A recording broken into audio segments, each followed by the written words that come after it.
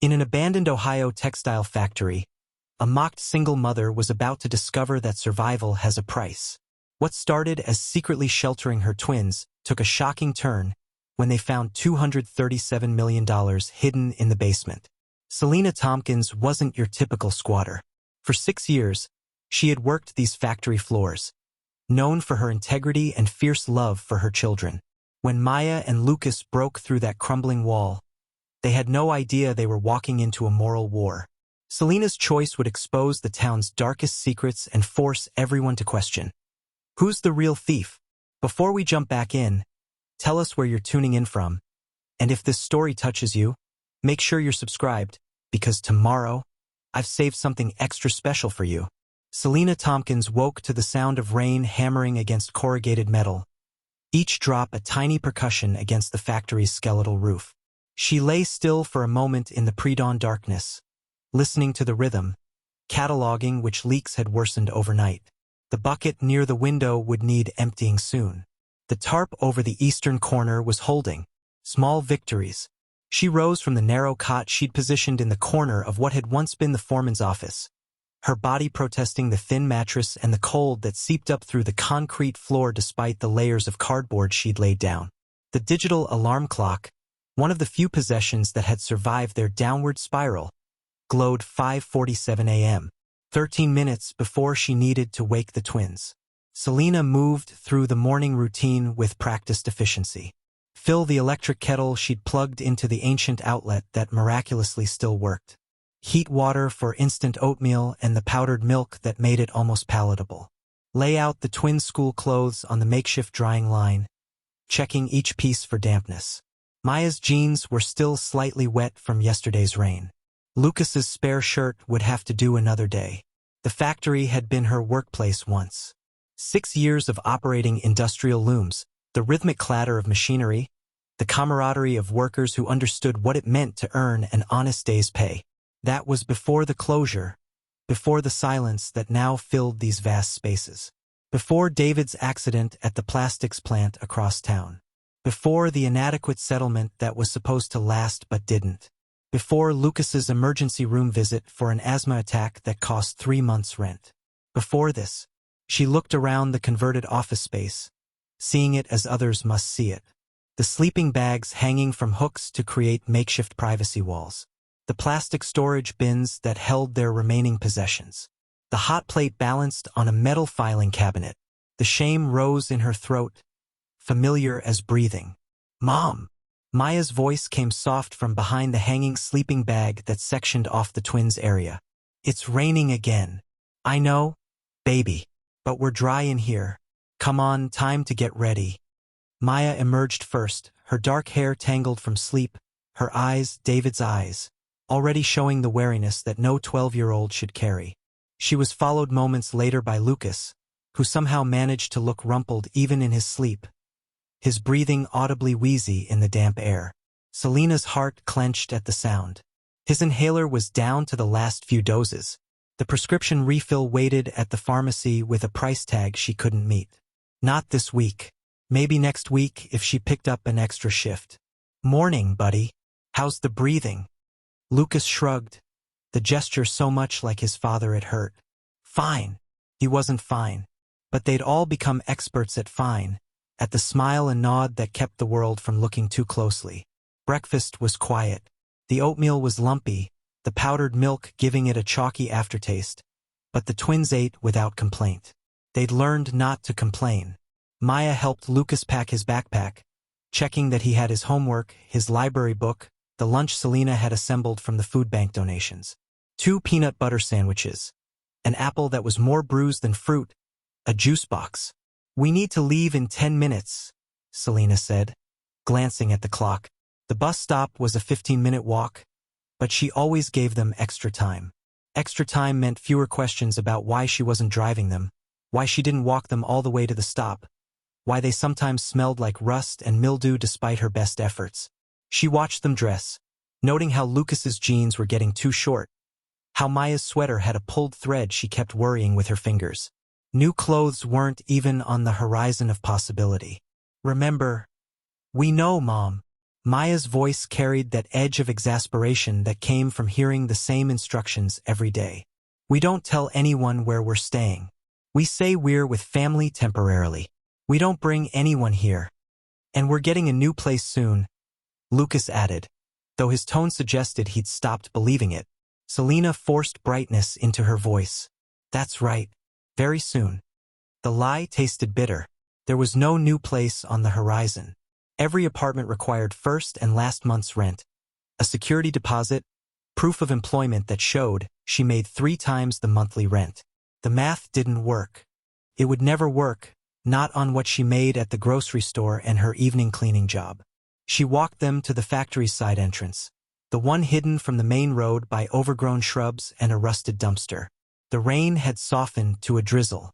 She watched them disappear down the cracked sidewalk, Maya's hand unconsciously reaching for Lucas's arm when his breathing caught. Then she was alone.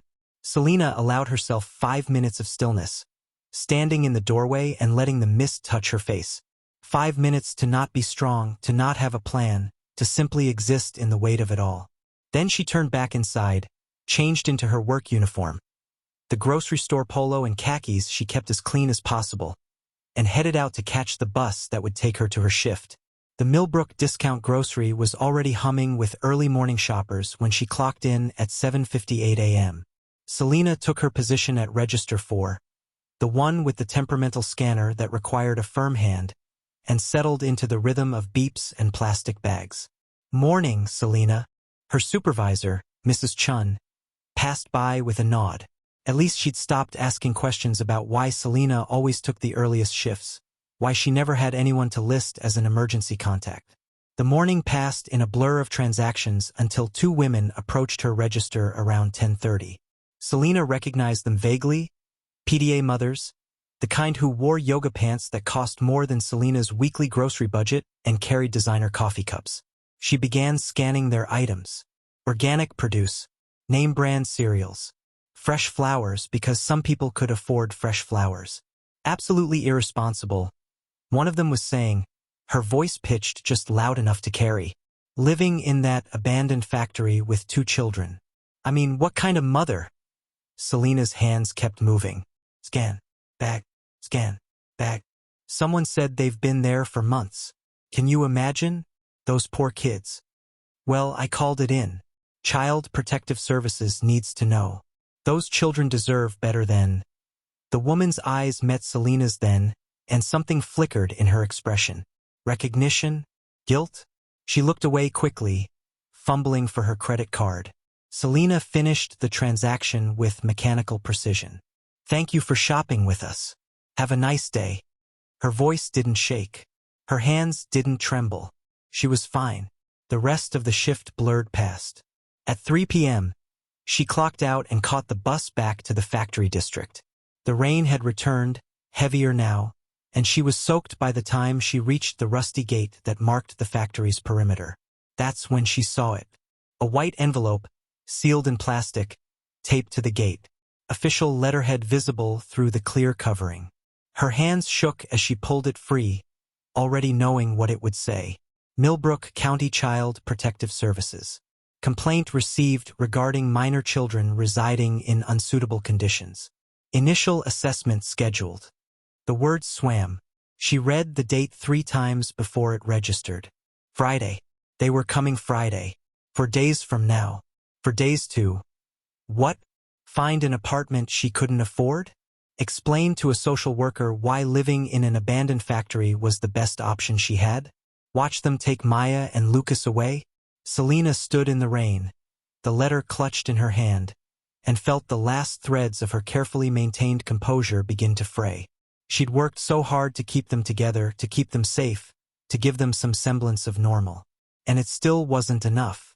Inside the factory, she changed into dry clothes and tried to prepare dinner from what remained of this week's food bank haul. Pasta with margarine. No sauce. The twins would be home soon. But when they arrived, something was different. Lucas's eyes were bright with suppressed excitement. Maya looked torn between curiosity and concern. "Mom," Lucas started, then stopped, exchanging a look with his sister. "What is it?"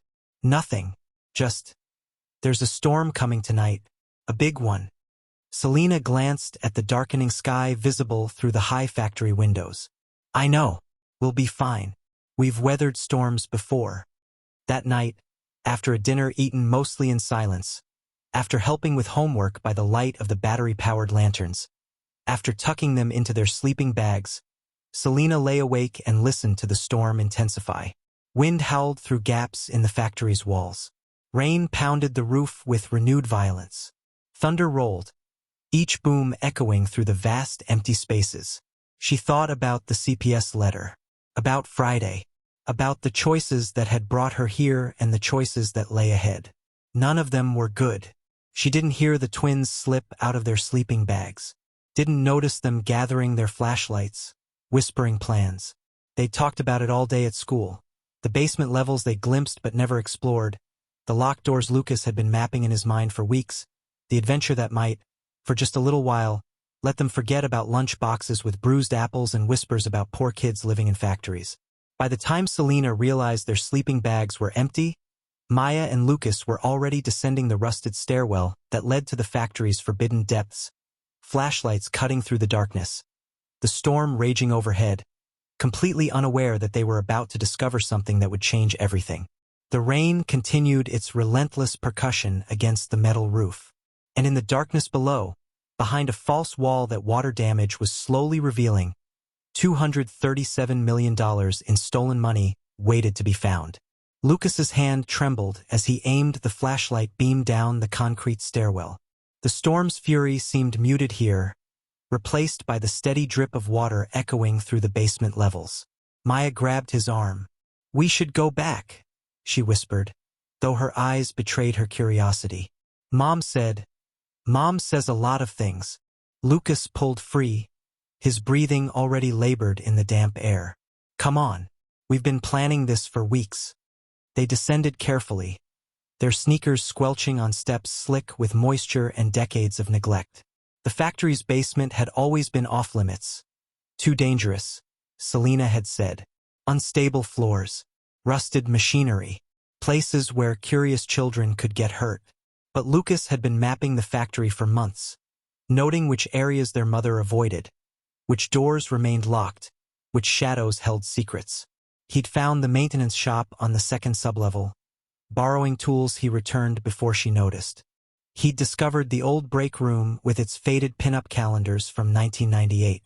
And he'd seen the sealed door at the bottom of the eastern stairwell, the one that didn't match the factory's original blueprints he'd found in the library.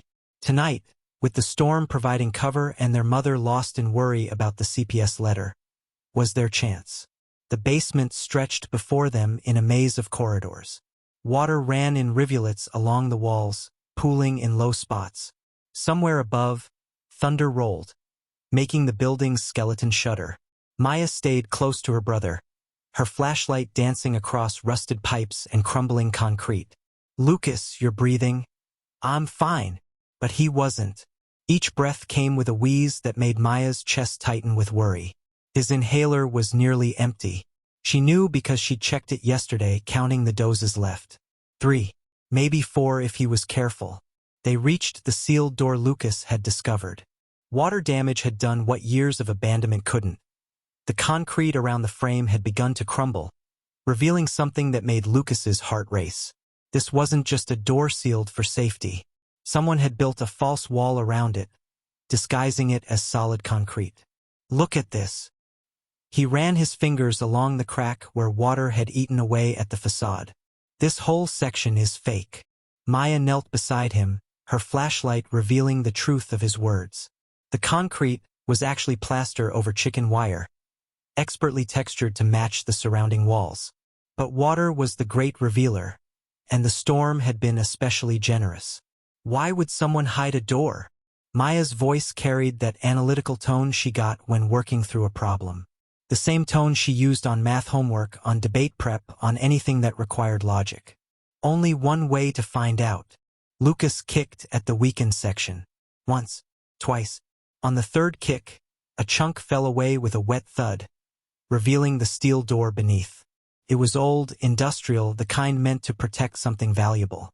The lock was heavy-duty, but corrosion had done its work. "We need tools," Lucas said, already turning back the way they'd come. Lucas, wait. But he was already moving, his flashlight bobbing as he navigated back to the maintenance shop. Maya stood alone in the darkness, listening to water drip and the storm rage overhead. She should stop this. Should grab Lucas and drag him back upstairs. Should tell their mother. Should. That word had defined so much of her life lately. She should be grateful for the food bank donations. Should be understanding about the factory. Should lie to her teachers about where they lived. Should pretend everything was fine. Lucas returned with a crowbar and a hammer, tools that looked too large in his 12-year-old hands. "Help me with this." Together they worked at the lock. The corrosion made it easier than it should have been. After 15 minutes of careful prying, something gave with a crack that echoed through the basement. The door swung open on rusted hinges, revealing a small room beyond. No, not a room, a vault. Their flashlights swept across the interior, and for a moment, neither twin could process what they were seeing. Stacks. Endless stacks of vacuum-sealed packages, each one filled with bundled cash. Hundreds. Thousands. More money than either child had ever imagined existing in one place. The packages were arranged with military precision on industrial shelving, perfectly preserved despite the decades, protected from moisture and time by their sealed containers.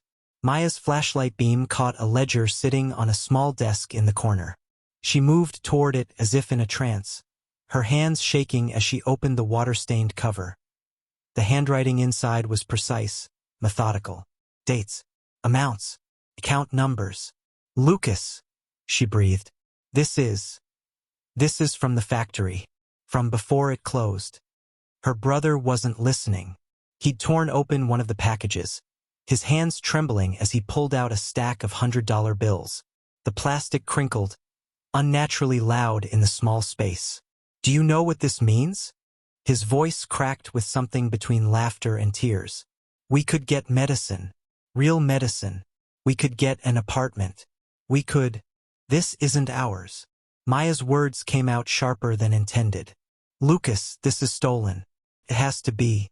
Why else would someone hide it? Who cares?" He clutched the money to his chest. "Look at us, Maya. Look at where we live. Mom works 2 jobs and we still eat at food banks. You heard those women at school, their moms called CPS on us. On Friday, they're gonna try to take us away. So we should become thieves? We should survive." The outburst triggered a coughing fit. Lucas doubled over, his breathing ragged, the money falling from his hands. Maya was beside him instantly, her own moral certainty crumbling at the sound of her brother struggling for air. She thought of the inhaler upstairs, nearly empty, the prescription they couldn't afford, the way their mother's face had looked when she'd come home and seen that CPS letter. "We have to tell Mom," she said finally. Lucas nodded, still coughing. Yeah, okay." They stood there for another moment, surrounded by more money than most people saw in a lifetime, both knowing that everything had just changed. Then they were running, stumbling through the dark corridors, taking the stairs 2 at a time, their flashlights bouncing wildly. Preparing and narrating this story took us a lot of time, so if you are enjoying it, subscribe to our channel. It means a lot to us. Now back to the story. Selena was sitting up when they burst into the office space, their faces pale with shock and excitement and fear all mixed together. "What were you? Where have you been?"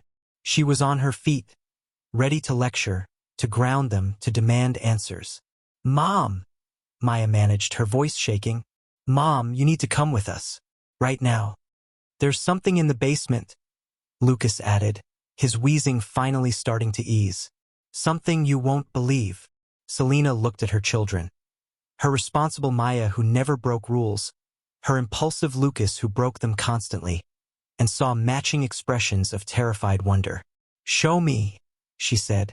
And so, with the storm still raging overhead and a CPS visit looming in 4 days, Selena Thomkins followed her children into the depths of the abandoned factory, completely unprepared for the impossible choice that waited behind a hidden door, sealed in vacuum-packed packages, preserved like a time bomb set decades ago and only now ready to explode. Selena stood in the vault doorway, her flashlight beam sweeping across the stacks of money, and felt the floor drop out from under her world. Not literally, though the concrete beneath her feet suddenly felt less solid than it had moments before. This was the sensation of reality shifting, of every calculation she'd made about their future becoming instantly, terrifyingly obsolete. How much? Her voice came out barely above a whisper. Lucas had already done the math in his head. The boy was brilliant with numbers when he wanted to be. The packages are labeled. Most say 1 million. Mom, there's got to be over 200 million here. Maybe more. $200 million. The number was so absurd it lost meaning. Selena had been agonizing over how to afford a $40 inhaler refill. Maya watched her mother's face, searching for guidance, for certainty, for the answer to the question neither twin had been able to settle between them. What do we do? Selena's mind raced through possibilities, each one colliding with the next. Report it. Keep it. Run with it. Pretend they never found it. Every option seemed to lead to disaster. We seal this room back up, she said finally. We don't touch anything else. We don't tell anyone. Not yet. I need to think. But Mom, Lucas started. Not yet. The steel in her voice stopped any argument. Get back upstairs. Both of you. Now. The twins obeyed, though Lucas cast one long look back at the fortune they were leaving behind. Selena pulled the vault door shut, her hands trembling. The rusted hinges groaned in protest. She'd need to repair the false wall, make it look untouched. By time to figure out what this meant. The next 3 days passed in a fog of barely suppressed panic. Selena went through the motions. Work, meals, helping with homework, while her mind circled endlessly around the vault and its contents. She snapped at the twins over small things, then apologized. She couldn't sleep, couldn't eat. The CPS visit loomed on Friday, but now it competed with a more immediate crisis. On Wednesday, she told her supervisor she needed a long lunch and took the bus to the Millbrook Public Library. The elderly librarian, Mrs. Grayson, smiled as Selena approached. Research project? She asked pleasantly. Something like that. Selena found what she was looking for in the microfiche archives, local newspapers from 15 years ago. The Harrington Textiles closure had been front-page news for weeks. She scrolled through articles, her eyes scanning for details she'd been too young and too employed to pay attention to at the time. Harrington Textiles to close. 400 jobs lost. Financial irregularities suspected in factory shutdown. Richard Harrington Sr. dies. Investigation dropped. She printed key articles, feeding quarters into the machine. There had been an investigation. Federal agents, even. But Richard Harrington Sr. had died of a heart attack before charges could be filed, and the investigation had quietly disappeared. The missing funds, estimated between 15 and 20 million, were never recovered. 15 to 20 million. Someone had been off by a factor of 10. Back at the factory that evening, while the twins did homework, Selena studied the articles. Richard Harrington Jr. now ran the Harrington Foundation, the town's most prominent charitable organization. She'd seen his face on billboards in the newspaper, a pillar of the community, built on his father's stolen money. The irony made her throat tight with something that might have been laughter or rage. That night, Maya and Lucas had their first real fight. We should turn it in, Maya insisted, her voice rising. It's not ours. It's stolen. From who? Lucas shot back. From workers who already got screwed when the factory closed? From some dead guy who stole it in the first place? That doesn't make it right. What's right? Lucas's face flushed with anger. Is it right that Mom works 2 jobs and we still live in a factory? Is it right that I can't breathe half the time because we can't afford my medicine? Is it right that some rich family gets to be heroes with stolen money while we get mocked and reported to CPS? Lucas, Selena started. No. He turned to her, tears streaming down his face. Tell me, Mom. Tell me what's right. Because from where I'm sitting, the only thing that's wrong is us being poor when there's enough money downstairs to fix everything. Maya was crying too now. Dad wouldn't want us to be thieves. The name hung in the air between them. David, gone 3 years but still present in every decision, every choice. What would he say? Selena wondered. David, who'd worked himself to exhaustion at a factory that cut corners on safety. David, who died because someone decided profit mattered more than proper equipment maintenance. David, whose settlement barely covered his funeral because the lawyers knew how to protect the company. Your father, Selena said carefully, would want you safe, federal healthy. By stealing. Maya's voice broke. I don't know. The words burst out of Selena. I don't know what's right anymore, Maya. I don't know if there is a right answer. The twins stared at her, shocked. Their mother always had answers, always knew what to do. But this time, Selena was as lost as they were. On Thursday morning, Selena found herself in the confessional at St. Catherine's, something she hadn't done since David's funeral. Father Tom Martinez had been kind to her family, never judging, always offering what help he could through the church's outreach program. Bless me, Father, for I have sinned. She began, the words rusty from disuse. How long has it been since your last confession, my child? 3 years. Father, I need to ask you something. Hypothetically. Through the screen, she could sense his gentle smile. I'm listening. If someone found something that didn't belong to them, but keeping it could save their family while reporting it would mean losing everything. What would be the right thing to do? Father Tom was quiet for a long moment. That's not a hypothetical question, is it, Selena? Her breath caught. I didn't. You don't have to tell me details. But I'll ask you this. Is this thing you found obtained justly by its original owner? No. It was stolen. From whom? Working people. People like me. And if you report it, who benefits? Selena thought of Richard Harrington Jr., his foundation, his pristine reputation. The people who stole it in the first place. Their family. Then perhaps, Father Tom said slowly, the question isn't about the law. Perhaps it's about justice. And whether justice and law are always the same thing. That night, after the twins were asleep, Selena made her decision.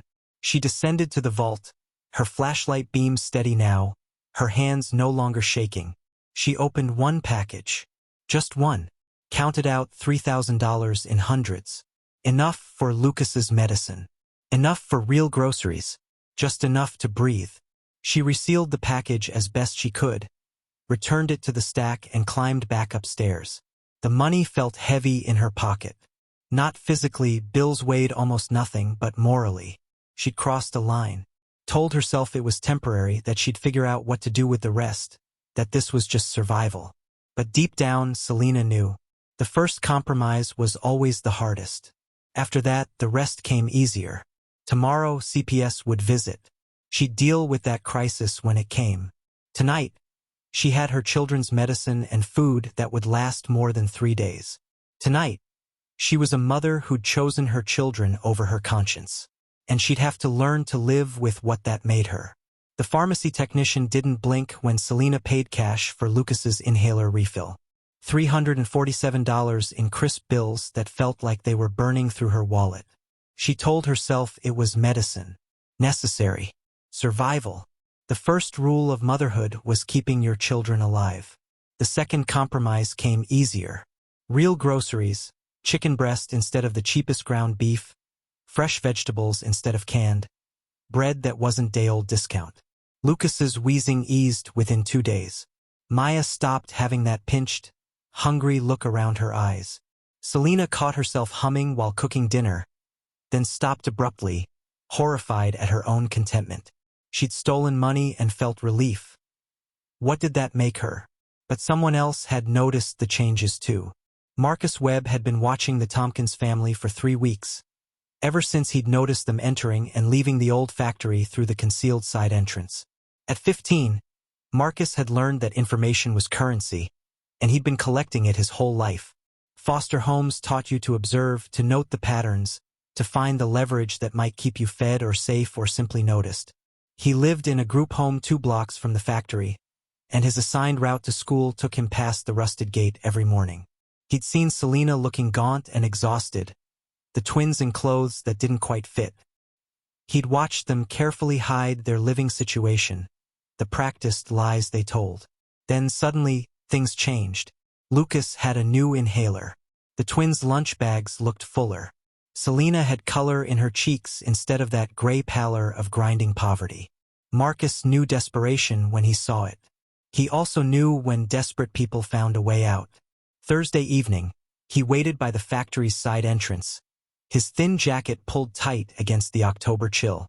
When Selena emerged, heading to her evening cleaning shift, he stepped into her path. "Mrs. Thomkins," she startled, her hand flying to her chest.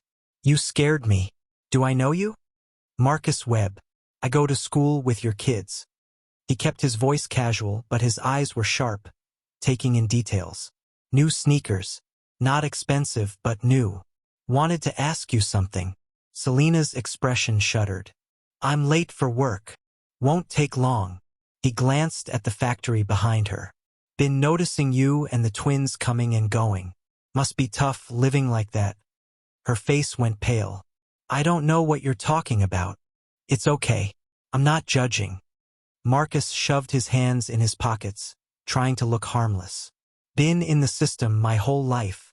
I get it. You do what you have to. What do you want?" The words came out flat, defeated. This was the moment. Marcus had planned this conversation carefully. He could push for money, for favors, for leverage. That's what the smart play was. But looking at Selena's face, the fear there, the exhaustion beneath the slight improvement, he found himself changing course. "Dinner," he said. "Sometimes, if you can spare it. And maybe someone to talk to who won't ask questions." Selena blinked. "That's it. That's it." He shrugged. "Group home food sucks, and I don't have many people who—" "Look, I'm not trying to shake you down. I just figured maybe we could help each other out. I keep quiet about your situation. You throw me a meal sometimes. Maybe we both feel a little less alone." Something in Selena's face softened. She recognized kindred loneliness when she saw it. "You can't tell anyone about us living here." "Who would I tell?" Marcus's smile was bitter. "Social workers who barely remember my name?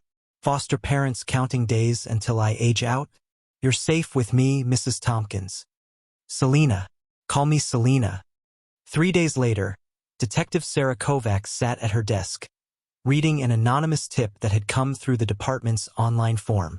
Suspicious activity at the old Harrington Textiles factory. People living there illegally. Possible drug activity. The drug activity was almost certainly bullshit. These tips always threw that in for attention, but illegal occupancy was worth checking out. Sarah had been a cop long enough to know that abandoned buildings attracted trouble, and people desperate enough to squat in them often needed help more than harassment. She drove out to the factory on her lunch break, parking discreetly down the street. The building looked abandoned. But then she saw movement. A woman emerging from a side entrance, carefully hidden from the main road. Mid-30s, thin but not emaciated, moving with the quick efficiency of someone trying not to be noticed. Sarah watched the woman, Selena, she'd learn later, walk to the bus stop. Watched her count change for the fare. Watched her sit with her shoulders hunched, making herself small. But something didn't fit. The woman's sneakers were new. Not expensive, but new. Her jacket looked recently purchased. Small things, but Sarah noticed small things. It was what made her good at her job. She filed the observation away and drove back to the station. Before she could investigate further, her phone rang. Richard Harrington Jr., calling personally about a city council matter. Sarah's jaw tightened. The Harrington family had a way of inserting themselves into everything, always playing the concerned philanthropist. "Detective Kovac, I hope I'm not interrupting." Richard's smooth voice came through. "I'm calling about the city council meeting tonight. There's a vote on the Harrington Textiles demolition. I'm not sure why that concerns the police department, Mr. Harrington. Security concerns during demolition. But I wanted you to know, the Harrington Foundation is volunteering to cover all demolition costs.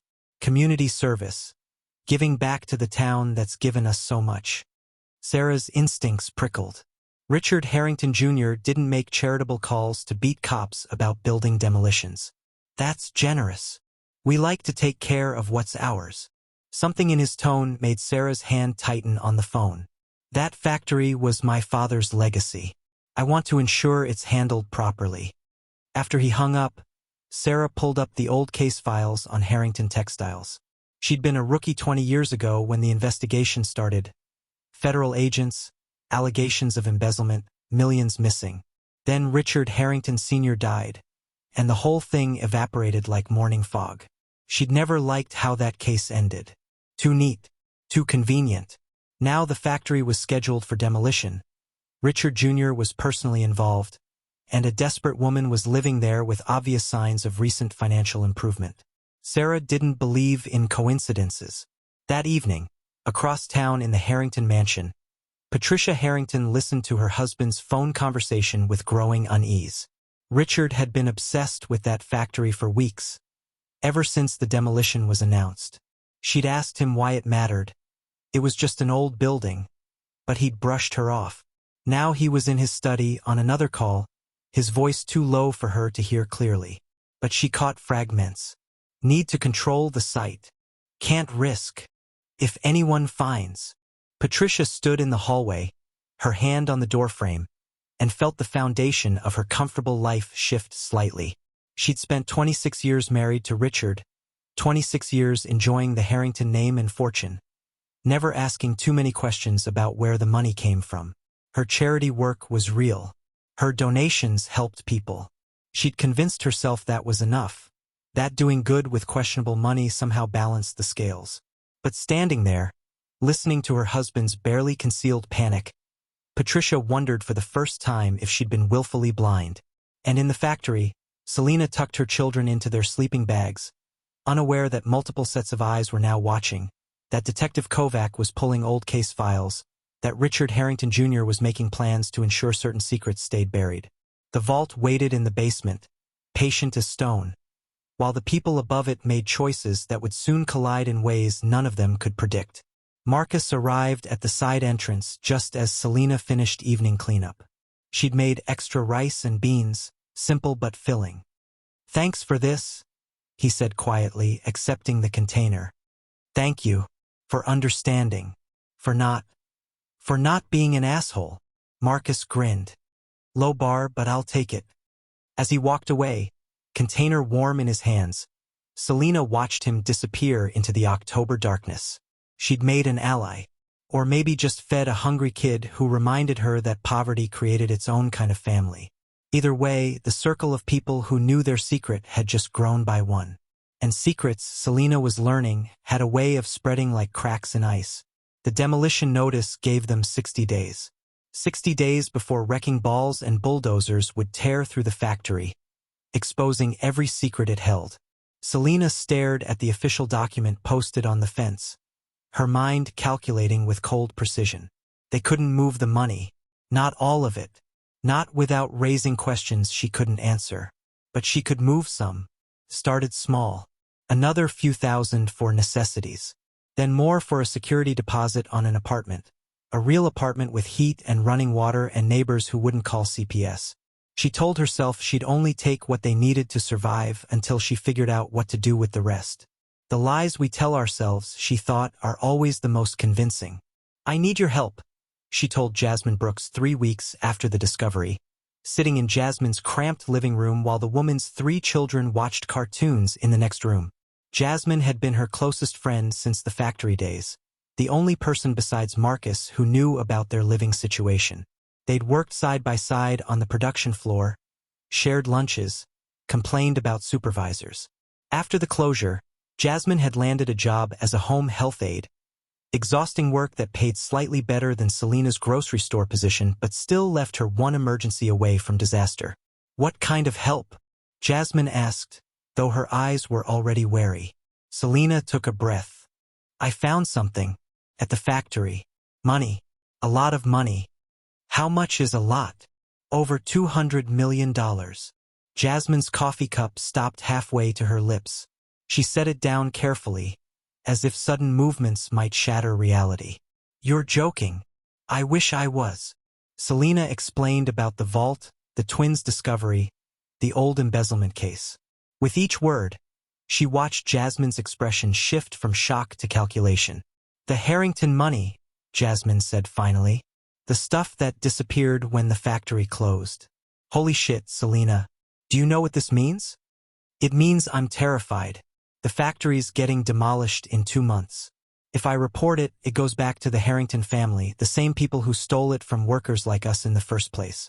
If I don't, if you don't, you could actually give your kids a life." Jasmine leaned forward, her voice intense.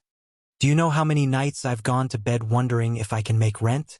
How many times I've had to choose between my kids' field trips and keeping the lights on? That money was stolen from people like us, Selena. From workers who got screwed when the factory closed. Why shouldn't you take it?" "Because it's not mine. It's not theirs either." Jasmine's jaw set in a way Selena recognized, the stubborn determination of someone who'd been beaten down too many times. The Harringtons built their whole empire on that stolen money. Richard Jr. runs around town playing philanthropist with cash his daddy embezzled. Where's the justice in that? Selena wanted to argue, wanted to say that 2 wrongs didn't make a right, that stealing was stealing regardless of who did it first. But the words died in her throat because Jasmine wasn't wrong. "I need someone to let me use their address," she said quietly, "for employment verification, to rent an apartment." Jasmine's smile was slow and conspiratorial. "What else do you need?" Over the next week, they developed a system. Selena would take small amounts, never more than 10,000 at a time, and hide the cash in various locations. Some at Jasmine's house, tucked in shoeboxes in her closet. Some in a storage unit rented under Jasmine's name. Some even buried in waterproof containers in the overgrown lot behind the factory. Jasmine created fake pay stubs, employment verification letters, references. She had a friend who knew someone who could make documents look official. Cost money, but Selena had money now.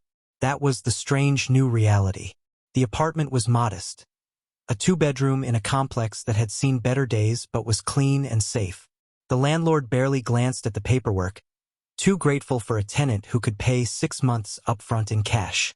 First and last month, plus security deposit. Selena counted out the bills, trying to keep her hands steady. And 4 months advance rent. The landlord's eyes widened slightly at the cash, but he took it. People paid in cash all the time in Millbrook, usually because they had bad credit or were avoiding garnishments. He didn't ask questions. "You can move in this weekend," he said, handing her the keys. Selena held the keys in her palm. Metal proof that lies could open doors, and felt something shift inside her. Not guilt exactly, more like acceptance. She'd crossed a line she couldn't uncross. Friday night, the twins slept in real beds for the first time in 8 months. Selena had bought them secondhand from a thrift store, along with sheets and blankets that didn't smell like factory mildew. She stood in the doorway of their new bedroom, watching them sleep, and felt tears stream down her face. Relief, shame, gratitude, terror. All of it mixed together until she couldn't tell which emotion was which. "Mom!" Maya's voice came soft in the darkness. "Are you okay?" "Yeah, baby. I'm okay." This apartment. The furniture. Where did the money come from? The question hung between them. Maya wasn't stupid. She'd watched their circumstances change too quickly to be explained by Selena's grocery store wages. "I took some," Selena admitted, "from the vault. Not much. Just enough to get us out of the factory." "How much is not much?" "About 50,000. Maya sat up, her face pale in the moonlight streaming through the window. Their window, in their apartment, paid for with stolen money. "Mom, that's... I know what it is." Selena's voice came out sharper than she intended. "But I also know that in 4 days you have a doctor's appointment that you haven't had in 2 years because we couldn't afford it. Lucas's asthma is better because he's not sleeping in mold and dust. We have food that isn't expired. You're not getting bullied at school because everyone knows you live in a factory. So yes, I took money that wasn't mine. And I'm not sure I'm sorry." Maya's eyes filled with tears. "Dad would be disappointed." The words hit like a physical blow. "Your father," Selena said carefully. Died because a company decided profit was more important than safety equipment. His settlement barely covered his funeral. So don't tell me what your father would think about me protecting you with money stolen from people who've been stealing from families like ours for decades. She left the room before Maya could respond, closing the door on her daughter's quiet crying. In the kitchen, their kitchen, with a refrigerator that worked and a stove that had all 4 burners, Selena poured herself water from the tap. Clean water, hot water, cold water, just by turning a handle. Such small things, such enormous luxuries. Her phone buzzed. A text from Jasmine. How does it feel? Selena typed back. Like I'm someone else. Maybe that someone else gets to be happy, Jasmine replied. But happiness felt too simple a word for what Selena felt. This was more complex. A cocktail of relief and guilt and fear and something that might have been hope if hope didn't feel so dangerous. Monday morning, Maya lied to her guidance counselor with a smoothness that frightened her. Yes, they'd moved in with relatives. Yes, everything was fine now. Yes, she was grateful for the concern. The lie came easily. Too easily. She thought about her mother's face when she'd mentioned her father. Thought about Lucas's breathing, clear for the first time in months. Thought about the warm shower she'd taken that morning, the clean clothes, the breakfast that wasn't instant oatmeal. And she wondered if this was how corruption started. Not with grand gestures but with small justifications, one compromise at a time, until you couldn't remember who you'd been before. That night, Selena took the twins to dinner at a modest chain restaurant. Nothing fancy, just burgers and fries and milkshakes, but it was their first meal out in over a year. Lucas's joy was uncomplicated. He attacked his burger with the enthusiasm of a 12-year-old boy whose world had suddenly expanded beyond scarcity. Maya picked at her fries, her expression troubled. Selena watched them both and understood that she'd saved her family, and maybe lost a piece of their souls in the process. The question was whether the trade had been worth it. She didn't have an answer yet. Wasn't sure she ever would. 3 weeks in the apartment, and Selena started to believe in the illusion of normalcy. She'd taken a better position at Millbrook Medical Center, front desk receptionist, steady hours, benefits after 90 days. The job required references and employment history that Jasmine's carefully crafted documents provided.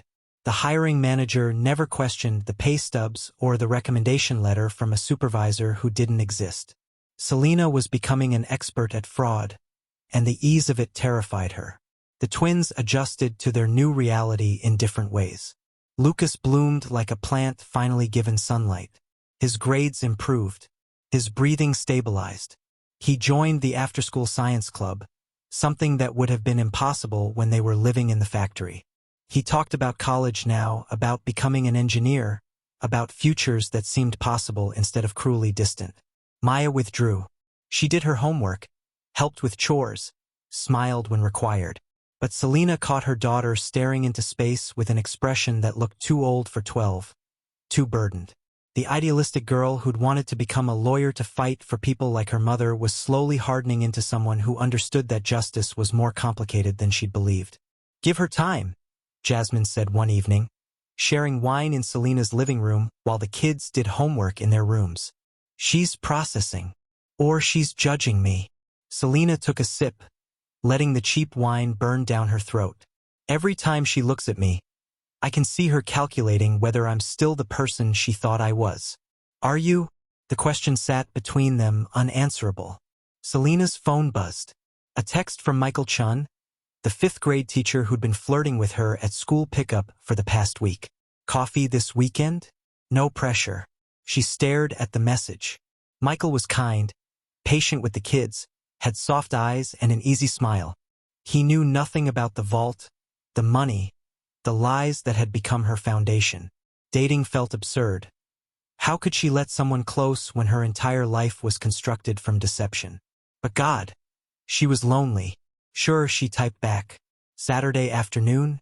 Across town, Detective Sarah Kovacs sat in her car outside the apartment complex where Selena now lived, watching the woman carry groceries inside. Nothing extravagant, just normal grocery bags. But the apartment itself was a step up from factory living. Sarah had been quietly investigating for 3 weeks now, piecing together a puzzle that didn't quite fit. Selena Thomkins, former Harrington Textiles worker, widowed 3 years ago, 2 kids, had been living in the abandoned factory until recently. Now suddenly in an apartment she shouldn't be able to afford on a grocery store salary. Except she wasn't working at the grocery store anymore. Sarah had called to verify, claiming to be confirming employment for a rental application. She quit 2 weeks ago, the manager had said. Gave notice, very professional about it. So where was the money coming from? Sarah pulled the old Harrington Textiles case files from the passenger seat, files she'd requisitioned from the archives. The embezzlement investigation had been federal, millions missing, workers' pension funds raided, accounts emptied. Richard Harrington Sr. had been days away from indictment when he'd conveniently died of a heart attack. The investigation had ended there. Pressure from above, whispers about the Harrington family's political connections, the usual dance of power protecting power. Sarah had been too junior to do anything but watch and seethe. Now she couldn't shake the feeling that the factory held answers. And Selena Thomkins had been living there when her circumstances mysteriously improved. Sarah needed more evidence before making any moves. But her instincts, honed over 20 years of police work, were screaming that something significant was happening. She made a note to arrange a casual encounter with Selena. Nothing official, just conversation. The coffee shop meeting happened Thursday afternoon. Sarah engineered it carefully, sitting at a table near the entrance, timing it so she'd be there when Selena came in for her usual afternoon coffee run. Selena Thomkins? Sarah stood as Selena entered, her smile friendly and disarming. I'm Sarah Kovac. We haven't met officially, but I know your kids from the school safety assembly I did last month. Selena's face showed carefully controlled recognition. Oh, yes, Detective Kovac. Just Sarah, when I'm off duty. She gestured to the empty chair. Join me? I hate drinking coffee alone. Selena wanted to refuse. Every instinct screamed danger. But refusing would look suspicious, and she was trapped in a web where every choice mattered. Sure, just for a minute. They made small talk, weather, kids, the challenges of single parenthood. Sarah was skilled at this, drawing people out without seeming to interrogate. She noted the micro-expressions that flickered across Selena's face. Fear, calculation, the careful control of someone hiding something. I heard you moved recently, Sarah said casually. Out of temporary housing?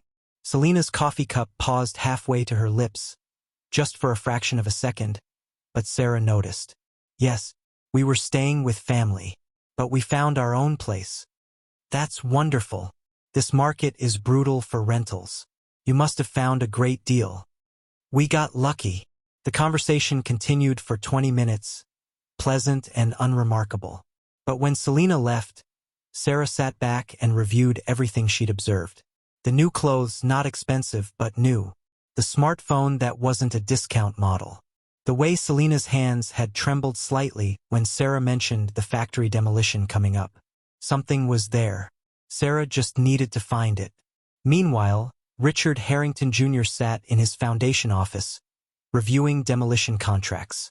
The construction company would begin work in 5 weeks. They'd tear through the building systematically, crushing concrete, hauling away metal, leaving nothing but an empty lot. And if there was anything hidden in that factory, anything that might connect his family to his father's crimes, it would be destroyed with it.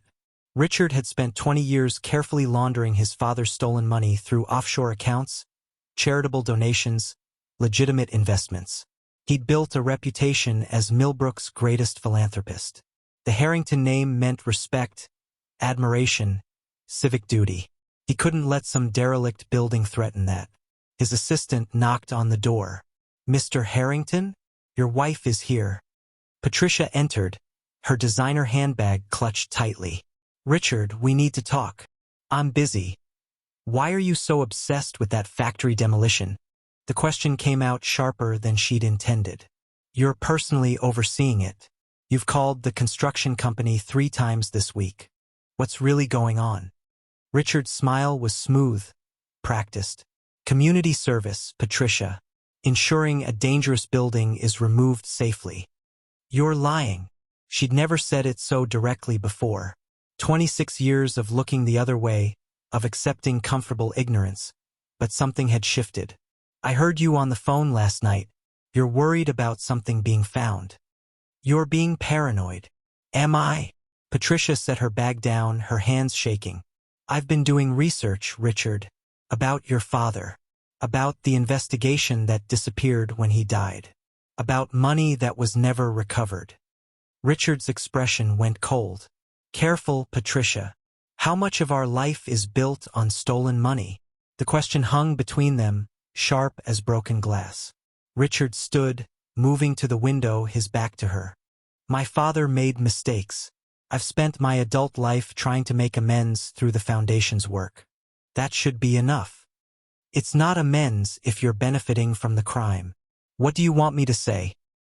He turned, and Patricia saw something dangerous in his eyes. That we should give everything back? Destroy our family name? Admit to crimes I didn't commit? I want you to tell me the truth. But Richard just smiled, that cold, empty smile. The truth is that we're respected members of this community. We help people. We make a difference. That's what matters. Patricia left without another word, but something had broken between them. A crack in the foundation that no amount of charitable work could repair. That night, Selena tucked her children into bed. Real beds in a warm apartment with full stomachs, and tried not to think about Detective Kovac's careful questions. Tried not to wonder what Richard Harrington Jr. would do if he knew about the vault. Tried not to see Maya's troubled expression or hear the weight in her daughter's silence. She'd built them a life, but the foundation was sand, and the tide was coming in. In her bedroom, she counted the remaining cash hidden in her closet. $43,000. Enough for months of rent, food, security. Enough to feel safe. Enough to damn her if anyone discovered the source. Outside, Marcus walked past the apartment, saw the lights on, and smiled. The Thomkins family was doing better. That was good. They deserved better. He didn't know about the vault. Didn't know about the millions still hidden in the factory basement. Didn't know that his simple alliance with Selena had placed him at the edge of something that would soon consume them all. Secrets like pressure build slowly. Then they explode.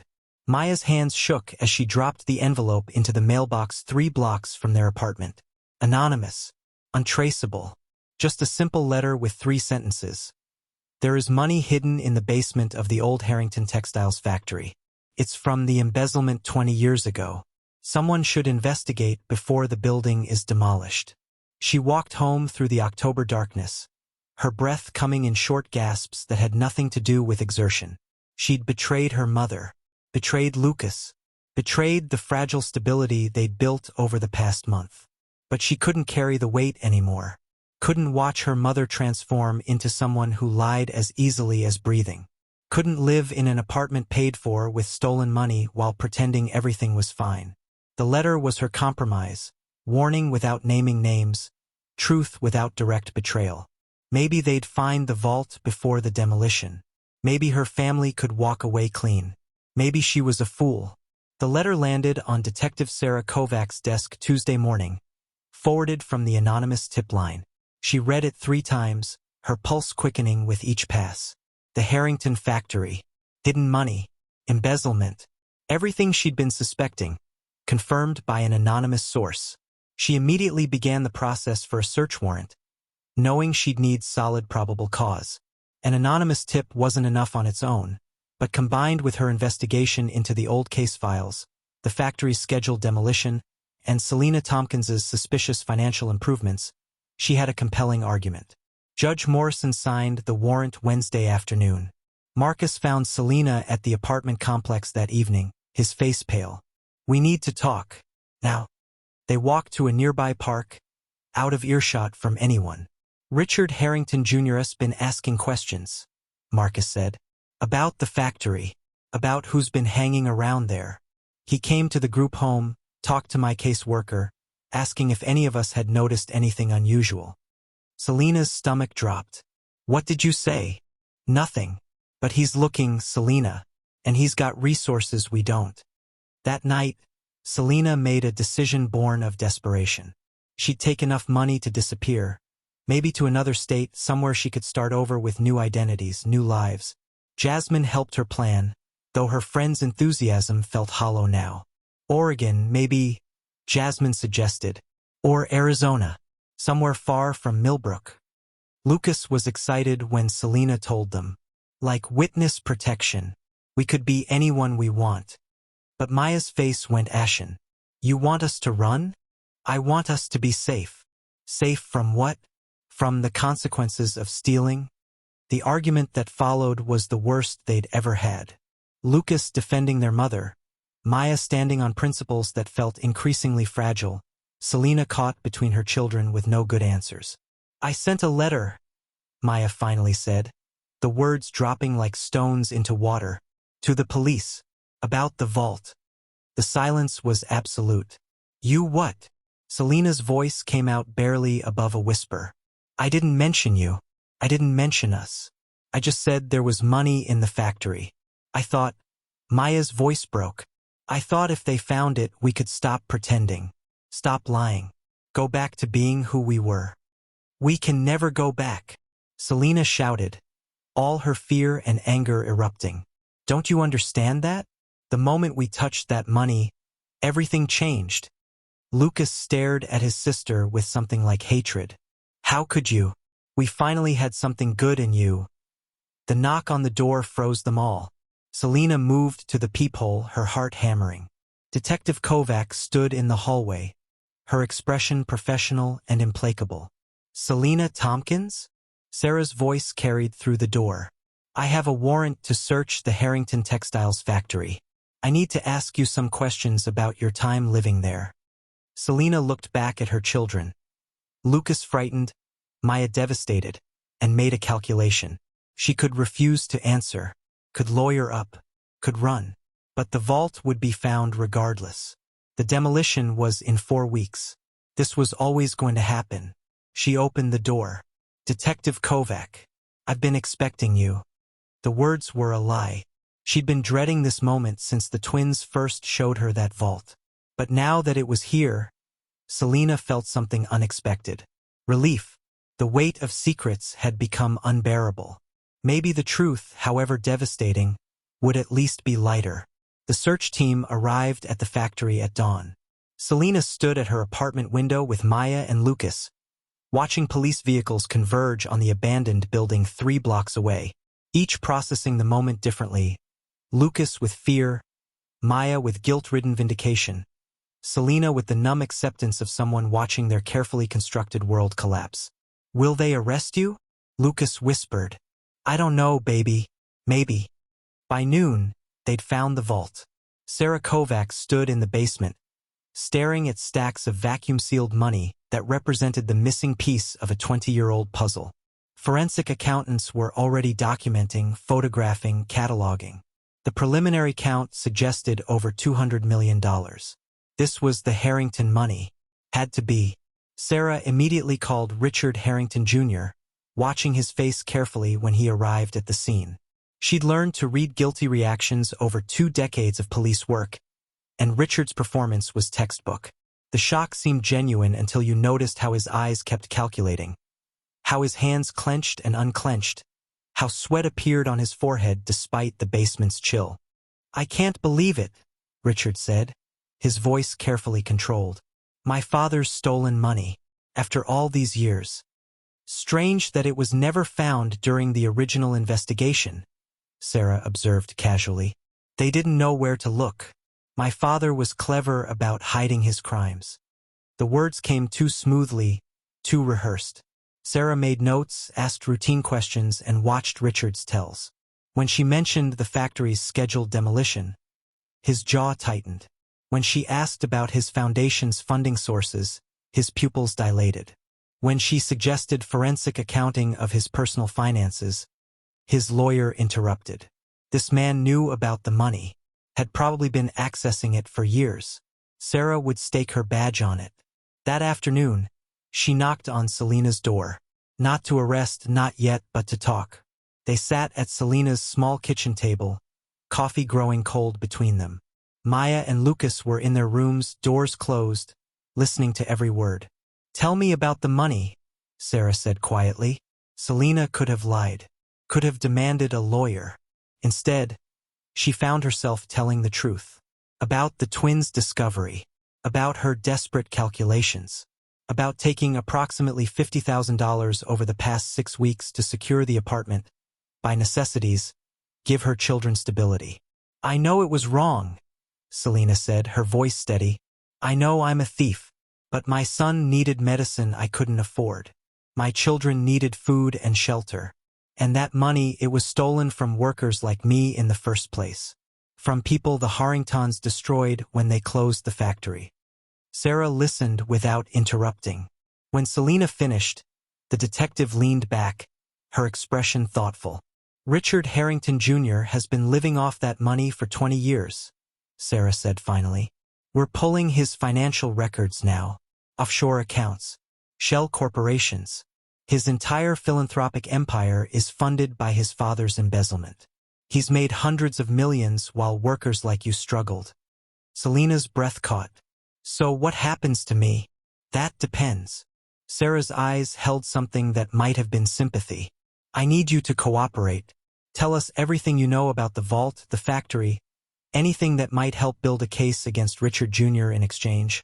I'll recommend minimal charges. Community service. Restitution of what you took. But no jail time. And if I don't cooperate, then you face theft charges. Probably probation, given your circumstances, but it goes on your record. Makes everything harder. Jobs, housing, custody." Sarah paused. "But here's what I really think, Selena. I think you took money out of desperation while Richard Harrington Jr. built an empire out of greed. I think the law should recognize that difference. And I think testifying against him is how you make this right." Selena looked toward her children's closed doors. Thought about Maya's tortured conscience and Lucas's fragile hope. Thought about David, who died because companies valued profit over safety. "I'll cooperate," she said. "Tell me what you need." The investigation moved quickly once Selena agreed to testify. Forensic accountants traced the vault's contents to the original Harrington Textiles accounts. They found Richard Jr.'s offshore transfers, the careful laundering of stolen funds through legitimate investments, the foundation that served as both tax shelter and reputation builder. Patricia Harrington provided the final piece. Confronted with evidence of her husband's crimes, she made a choice that surprised everyone, including herself. She contacted Sarah with documentation she'd quietly been gathering for weeks. Offshore account statements, encrypted files from Richard's computer, years of financial irregularities she'd ignored until her conscience wouldn't let her anymore. "I've been complicit," Patricia told Sarah, her hands shaking as she handed over manila folders thick with evidence. "I've enjoyed the benefits of stolen money while telling myself the charity work made it okay. But it doesn't, and I can't keep pretending." Her testimony destroyed Richard's carefully constructed defenses. Within a week, he was arrested on charges of money laundering, tax evasion, and benefiting from proceeds of crime. The media descended on Millbrook like locusts, national news crews, headlines about corruption and embezzlement and the philanthropist who'd built his empire on theft. And inevitably, stories about Selena, the desperate mother who'd taken money to survive. Public opinion split sharply. Some called her a thief who deserved prosecution. Others saw her as a victim of systemic inequality, driven to desperate measures by circumstances Richard Harrington Jr. had helped create. Maya and Lucas faced the worst of it at school. Whispers, pointed fingers, the twins who lived in a factory and stole millions. The truth was more complex, but 12-year-olds dealt in absolutes. Father Tom visited the apartment, bringing groceries and quiet support. "Redemption isn't about never falling," he told Selena. "It's about how you rise afterward." In court, Judge Eleanor Whitmore presided over Richard Jr.'s preliminary hearing with stern attention to detail. She'd suspected the Harrington family's wealth had questionable origins for years but had never had proof. When Richard's lawyer tried to shift blame to Selena, claiming she must have taken far more than she admitted, forensic accounting shut him down. Every dollar Selena had taken was accounted for, apartment deposit, groceries, medical bills, modest necessities. Total, $47,892. Richard Jr. had systematically looted $183 million over 20 years. The difference wasn't just numerical. It was moral. Judge Whitmore's expression made clear she understood that distinction perfectly. The agreement was formalized in Judge Whitmore's chambers on a gray November morning. Selena sat between her court-appointed attorney and Detective Kovac, signing documents that would define her future. Full cooperation with the prosecution of Richard Harrington Jr. in exchange for a plea deal on reduced charges. "You'll plead guilty to 1 count of theft," her attorney explained. "The prosecutor is recommending 2 years probation, 300 hours of community service, and full restitution of the $47,892 you took." Selena's hands trembled as she signed. Guilty. The word would follow her forever, stamped on background checks and rental applications. But it was also truth, and truth felt cleaner than the lies she'd been living. The media circus intensified as Richard Harrington Jr.'s trial date approached. Reporters camped outside Selena's apartment, shouting questions she refused to answer. The twins couldn't walk to school without cameras tracking their movements. Maya retreated further into herself, while Lucas developed a brittle anger at anyone who looked at them wrong. Marcus became their unexpected shield, walking with them to and from school, his foster system survival instincts creating barriers between the twins and the worst intrusions. "Ignore them," he'd say, his thin frame somehow imposing when he needed it to be. "They'll move on to the next story eventually." But Millbrook wouldn't move on so easily. The town was divided. Team Harrington supporters insisted Richard Jr. had done tremendous good through his foundation. Did his father's crimes really negate all that charitable work? Team Selena argued that desperation and greed weren't equivalent, that stealing to feed your children wasn't the same as stealing to build an empire. Neither side was entirely right. Neither was entirely wrong. Father Tom organized a community forum at St. Catherine's, inviting anyone who wanted to speak. Selena attended reluctantly, sitting in the back row while former co-workers, neighbors, and strangers debated her character. "She's a thief," declared Mrs. Morrison, one of the PTA mothers who'd reported Selena to CPS. "What kind of example does this set for our children?" "The example," Jasmine shot back, standing up from 3 rows ahead, "is that when society fails people, they do what they have to survive. Where were all of you when Selena was working 2 jobs and still couldn't afford rent? Where were you when her son needed medicine she couldn't buy?" The argument escalated until Father Tom intervened, his quiet authority somehow louder than the shouting. "We're here to discuss redemption and justice, not to condemn. Everyone in this room has made compromises they're not proud of. The question is whether we believe people can be more than their worst moments." After the forum ended, an elderly woman approached Selena in the parking lot. Margaret Williams, who'd worked at Harrington Textiles for 30 years before the closure. "I lost my pension when that factory closed," Margaret said, her voice wavering. "Richard Harrington Sr. stole my retirement. I've been working as a checkout clerk at 73 years old because of what that man did." She reached out and squeezed Selena's hand. "You took enough to survive. He took everything. Don't let anyone make you believe those are the same thing." The preliminary hearing was standing room only. Selena sat in the witness section, her children beside her, as Patricia Harrington took the stand. The elegant woman who'd always seemed untouchable now looked diminished, her designer clothes unable to hide the weight of conscience. Patricia's testimony was devastating in its detail. She described finding encrypted files on Richard's computer, offshore accounts in the Cayman Islands, transfers from shell corporations to the Harrington Foundation, her husband's late-night phone calls to financial advisors, always speaking in careful code. "I knew something was wrong," Patricia admitted, her voice breaking. "I knew and I didn't ask. Because asking would have meant giving up the lifestyle, the respect, the certainty that we were good people doing good things." She looked directly at Richard for the first time. "But we weren't good people. We were beneficiaries of theft, pretending charity could erase the crime." Richard Jr.'s face remained impassive, But his lawyer's objections grew increasingly desperate. The evidence was overwhelming. Financial records showed systematic looting of his father's hidden fortune. The foundation that had seemed so virtuous was revealed as an elaborate money laundering operation, turning stolen cash into tax-deductible donations and social capital. When Selena took the stand, Richard's lawyer went on the attack. "Mrs. Thomkins, you admit to stealing nearly $50,000, correct?" "Yes. And you expect this court to believe you only took that amount? That you didn't help yourself to more when you had access to over 200 million? Selena met his eyes steadily. "I took what I needed to keep my children safe. Nothing more. The forensic accountants verified that. Every dollar is accounted for. But you still stole." "I did.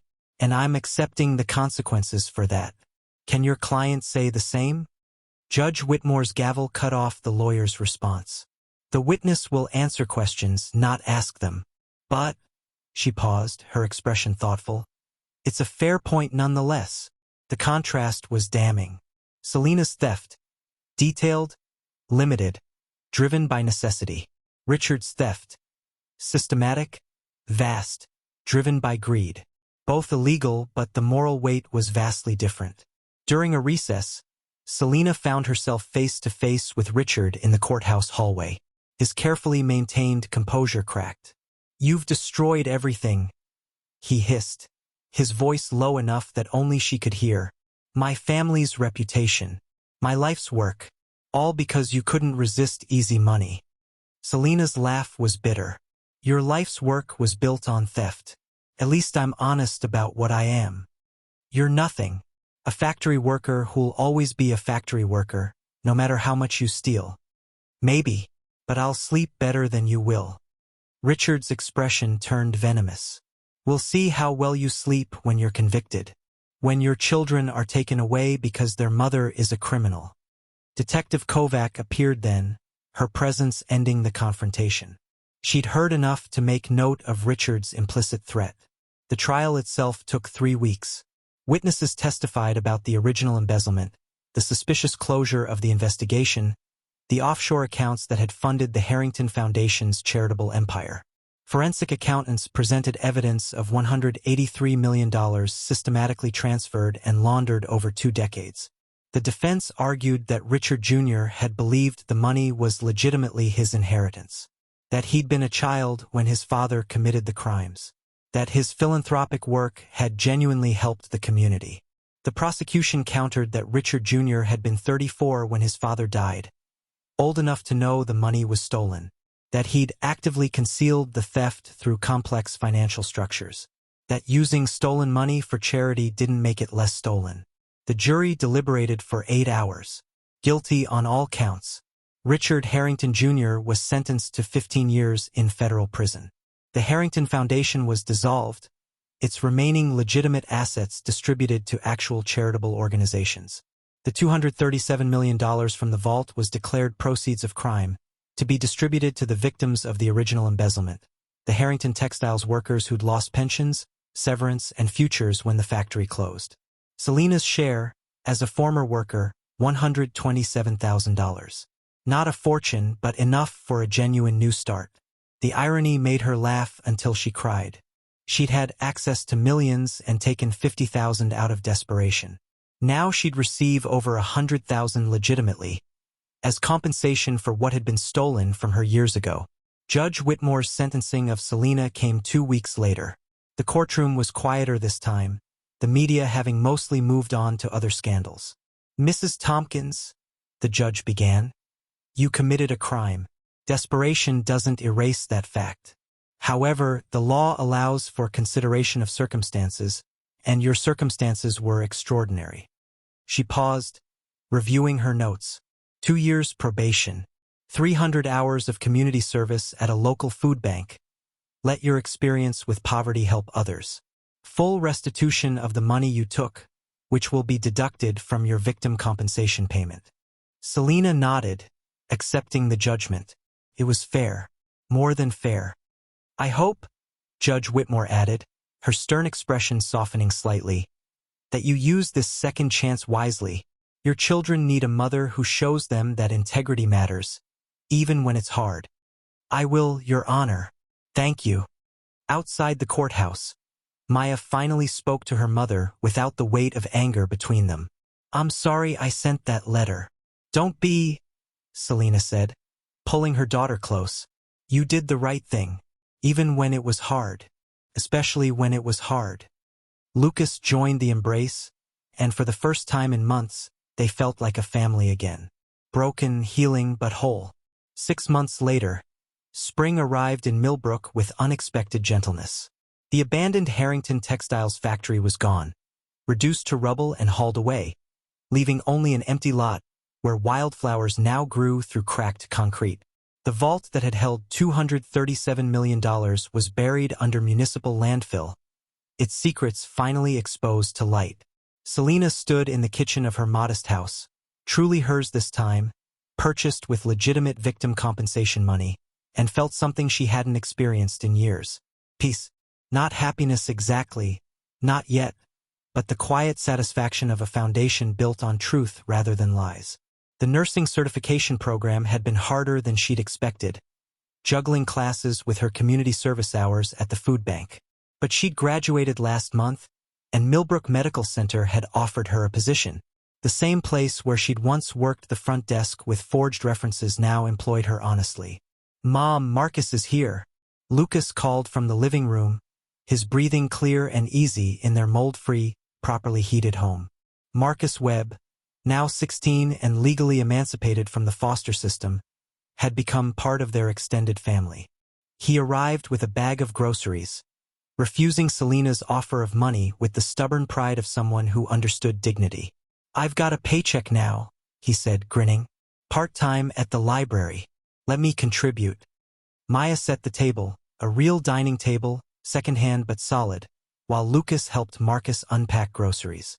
The girl who'd sent that anonymous letter had changed. Not harder exactly, but more grounded.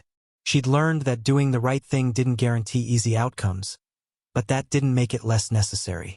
She'd started volunteering at the community legal aid clinic, still dreaming of becoming a lawyer. But now she understood that justice was messy, complicated, and worth fighting for precisely because it was so hard to achieve. Father Tom arrived next, bringing bread from the church bakery and his blessing. Then Detective Kovac, now simply Sarah, who'd become an unlikely friend through the chaos of investigation and trial. She carried a housewarming gift, a framed photo of the twins she'd taken at the courthouse after Selena's sentencing, both of them smiling genuinely for the first time in months. They gathered around the table, this improbable family constructed from broken pieces, and shared a meal that was simple but abundant. Spaghetti and salad, garlic bread, laughter that came easier now. I want to say something, Selena announced, standing with her water glass raised. The others quieted, watching her. 6 months ago, I thought having money would save us. I was wrong. What saved us was truth. Hard, painful, costly truth. And all of you who stuck with us through the worst of it.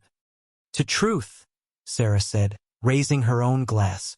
To second chances, Father Tom added. To family, Marcus said quietly, his eyes bright with emotion he rarely showed. The kind you choose. They drank, and Selena looked around the table at faces that had become her anchor. Maya, whose conscience had been their salvation. Lucas, whose hope had survived their darkest moments. Marcus, who'd chosen loyalty over leverage. Sarah, who'd pursued justice over easy convictions. Father Tom, who'd offered grace without judgment. These people, this moment, this hard-won peace, was worth more than all the money in that vault ever could have been. Later, after everyone had gone home and the twins were asleep, Selena sat on her small porch and thought about David. About the man who'd worked himself to death for a company that didn't value him. About the settlement that had been insulting in its inadequacy. About the choices poverty had forced her to make. She'd been angry for so long. Angry at systems that crushed people like her. Angry at the Harringtons who'd prospered from theft. Angry at a world where doing everything right still wasn't enough. But anger, she'd learned, was just grief in disguise. Grief for what should have been. For the life David should have lived. for the stability her children deserved. The anger hadn't disappeared. Injustice still burned in her chest when she thought about how the wealthy protected their own while the poor scrambled for crumbs. But now it was fuel rather than poison. Motivation to help others through her work, her volunteer hours, her testimony in courtrooms where other desperate people faced impossible choices. Selena pulled out her phone and looked at the photo Sarah had given her. Maya and Lucas, standing outside the courthouse, their future uncertain but their integrity intact. They'd learned the hardest lesson.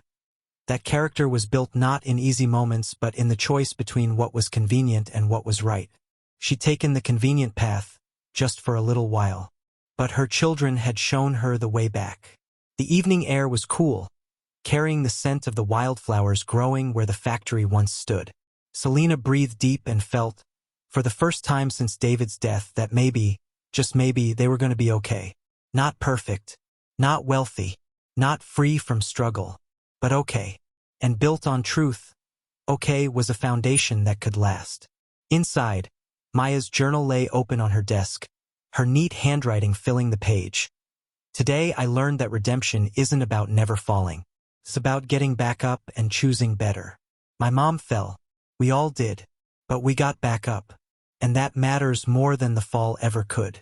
The house settled into quiet, its occupants dreaming of futures that were smaller than millions, but infinitely more precious. Because some fortunes can't be measured in dollars. Some wealth exists only in the people who stand beside you when everything else falls apart. And some truths, however painful, set you free. Up next, you've got 2 more standout stories right on your screen. If this one hit the mark, you won't want to pass these up. Just click and check them out. And don't forget to subscribe and turn on the notification bell so you don't miss any upload from us. Someone said they've been there for months. Can you imagine? Those poor kids. Well, I called it in. Child Protective Services needs to know. Those children deserve better than. The woman's eyes met Selena's then, and something flickered in her expression. Recognition? Guilt? She looked away quickly, fumbling for her credit card. Selena finished the transaction with mechanical precision. Thank you for shopping with us. Have a nice day. Her voice didn't shake. Her hands didn't tremble. She was fine. The rest of the shift blurred past. At 3 p.m., she clocked out and caught the bus back to the factory district. The rain had returned, heavier now, and she was soaked by the time she reached the rusty gate that marked the factory's perimeter. That's when she saw it. A white envelope, sealed in plastic, taped to the gate. Official letterhead visible through the clear covering. Her hands shook as she pulled it free, already knowing what it would say. Millbrook County Child Protective Services. Complaint received regarding minor children residing in unsuitable conditions. Initial assessment scheduled. The words swam. She read the date 3 times before it registered. Friday. They were coming Friday. 4 days from now. For days to. What? Find an apartment she couldn't afford? Explain to a social worker why living in an abandoned factory was the best option she had? Watch them take Maya and Lucas away? Selena stood in the rain, the letter clutched in her hand, and felt the last threads of her carefully maintained composure begin to fray. She'd worked so hard to keep them together, to keep them safe, to give them some semblance of normal. And it still wasn't enough. Inside the factory, she changed into dry clothes and tried to prepare dinner from what remained of this week's food bank haul. Pasta with margarine. No sauce. The twins would be home soon. But when they arrived, something was different. Lucas's eyes were bright with suppressed excitement. Maya looked torn between curiosity and concern. Mom, Lucas started, then stopped, exchanging a look with his sister. What is it? Nothing. Just, there's a storm coming tonight, a big one. Selena glanced at the darkening sky visible through the high factory windows. I know. We'll be fine. We've weathered storms before. That night, after a dinner eaten mostly in silence, after helping with homework by the light of the battery-powered lanterns, after tucking them into their sleeping bags, Selena lay awake and listened to the storm intensify. Wind howled through gaps in the factory's walls. Rain pounded the roof with renewed violence. Thunder rolled, each boom echoing through the vast empty spaces. She thought about the CPS letter, about Friday, about the choices that had brought her here and the choices that lay ahead. None of them were good. She didn't hear the twins slip out of their sleeping bags, didn't notice them gathering their flashlights, whispering plans. They'd talked about it all day at school. The basement levels they glimpsed but never explored, the locked doors Lucas had been mapping in his mind for weeks, the adventure that might, for just a little while, let them forget about lunch boxes with bruised apples and whispers about poor kids living in factories. By the time Selena realized their sleeping bags were empty, Maya and Lucas were already descending the rusted stairwell that led to the factory's forbidden depths, flashlights cutting through the darkness, the storm raging overhead, completely unaware that they were about to discover something that would change everything.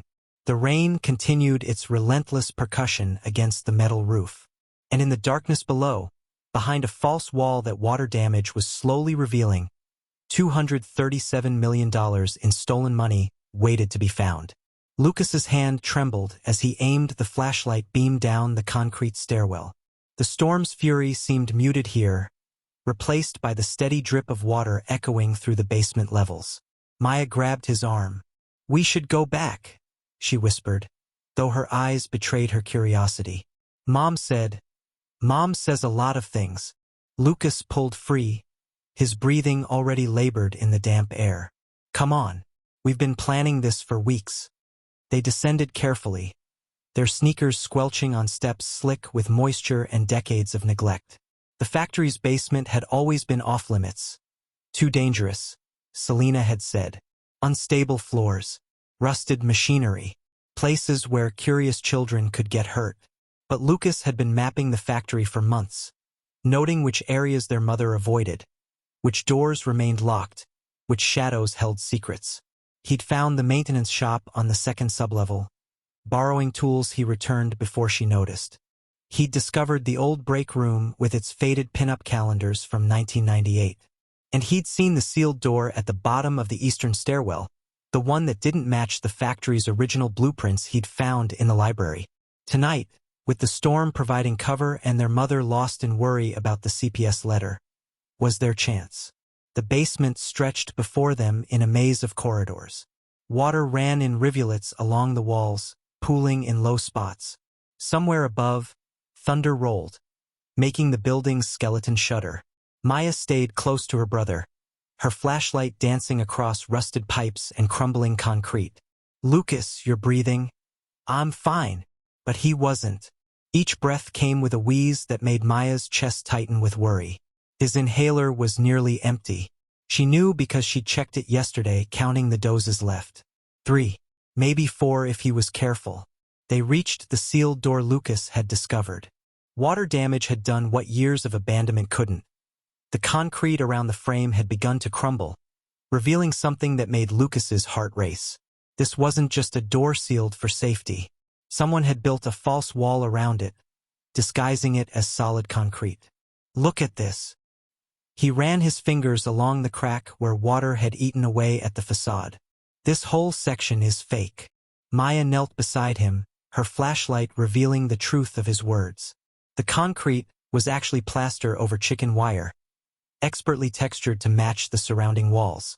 But water was the great revealer, and the storm had been especially generous. Why would someone hide a door? Maya's voice carried that analytical tone she got when working through a problem. The same tone she used on math homework, on debate prep, on anything that required logic. Only one way to find out. Lucas kicked at the weakened section. Once, twice. On the third kick, a chunk fell away with a wet thud, revealing the steel door beneath. It was old, industrial, the kind meant to protect something valuable. The lock was heavy-duty, but corrosion had done its work. "We need tools," Lucas said, already turning back the way they'd come. Lucas wait. But he was already moving, his flashlight bobbing as he navigated back to the maintenance shop. Maya stood alone in the darkness, listening to water drip and the storm rage overhead. She should stop this. Should grab Lucas and drag him back upstairs. Should tell their mother. Should